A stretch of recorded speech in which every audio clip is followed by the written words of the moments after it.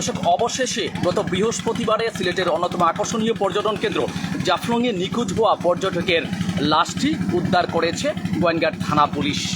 আজ প্রায় 3 দিনের মাথায়, ঘটনার দুদিন পর আজ 3 দিনের মাথায় সেই যে জায়গায় এই যুবকটি নিখোঁজ হয়েছিল, পর্যটকটি নিখোঁজ হয়েছিল, সেই জায়গা থেকে স্থানীয় জেলেরা প্রথমেই শনাক্ত করে তারপর গোয়েন্দাঘাট থানা পুলিশকে খবর দিলে তারা দ্রুতই ঘটনাস্থলে ছুটে আসেন এবং এই মুহূর্তে লাশটি উদ্ধার করা হয়েছে। আপনারা অবগত আছেন, গেল বৃহস্পতিবারে আরস নামের 15 বছরের এক যুবক বাবা মার সাথে সিলেটের জাফলং 0 পয়েন্টে ভ্রমণে আসেন। সেখানে 0 পয়েন্টে গোসল করতে নেমে সে কিন্তু নিখোঁজ হয়, অর্থাৎ যে খরস্রোত সেই স্রোতে তলিয়ে যায় আরস নামের সেই 15 বছরের যুবক। অবশেষে প্রায় ঘটনার দুদিন পর 3 দিনের মাথায় আজকে ভেসে উঠেছে।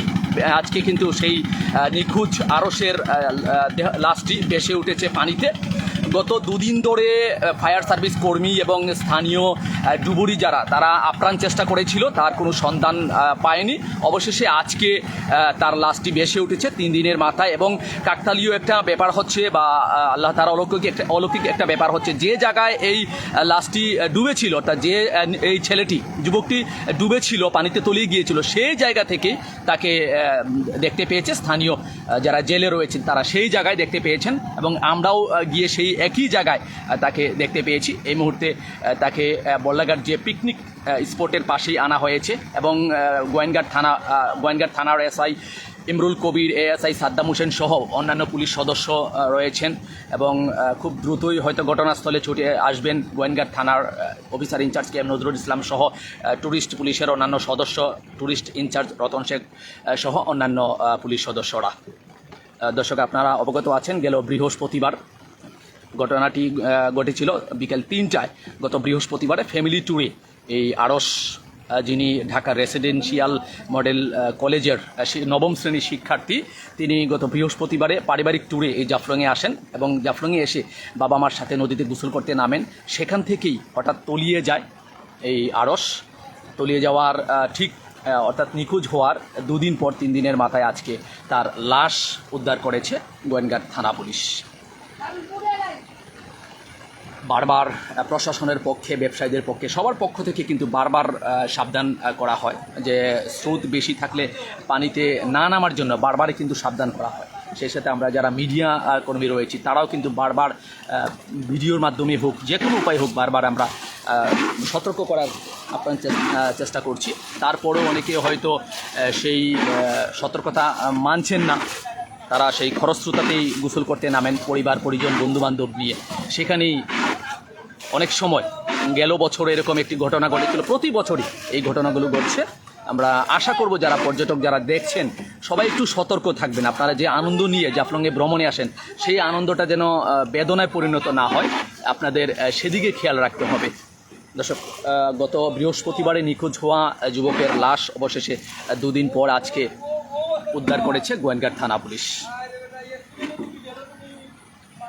এবং যে যুবক আরস, তার বাবা জাহিদ হোসেন, উনি একজন পুলিশ কর্মকর্তা, বর্তমানে ব্রাহ্মণবাড়িয়ায় কর্মরত রয়েছেন এবং আরস সে ঢাকা রেসিডেন্সিয়াল মডেল কলেজে 9ম শ্রেণীর শিক্ষার্থী।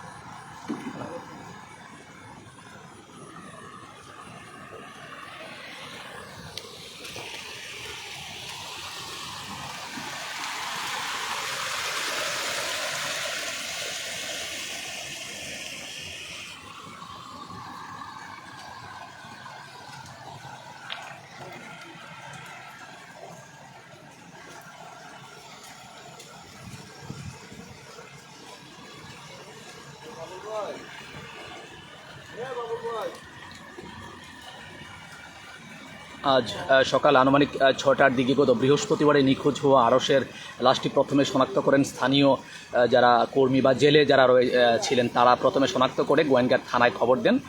দ্রুতই গোয়েন্দাঘাট থানা পুলিশের পক্ষে গোয়েন্দাঘাট থানার এসআই ইমরুল কবির, এএসআই সাদ্দাম হোসেন এবং ট্যুরিস্ট পুলিশের পক্ষেও ট্যুরিস্ট পুলিশের সদস্যরা ঘটনাস্থলে আসেন। এই মুহূর্তে যে নিখোঁজ আরশের বাবাকে আপনারা দেখতে পাচ্ছেন, জাহিদ হোসেন, উনি একজন পুলিশ কর্মকর্তা। ওনারা ফ্যামিলি ট্যুরে গত বৃহস্পতিবারে জাফলংয়ে ভ্রমণে এসেছিলেন, ফ্যামিলি ট্যুরে। সেখানেই জাফলং 0 পয়েন্টে গোসল করতে নেমে আরশ 15 বছরের সেই আরশ নিখোঁজ হয়েছিলেন। দীর্ঘ 2 দিন স্থানীয় ডুবুরি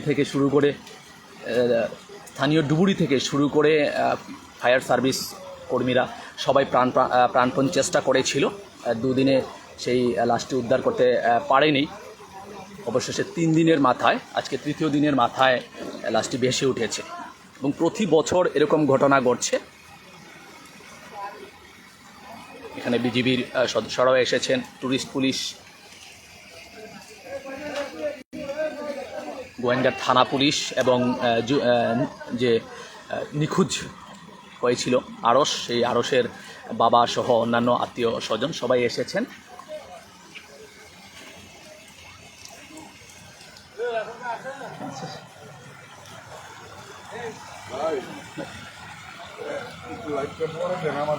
মোবাইলে আছে বুঝছেন।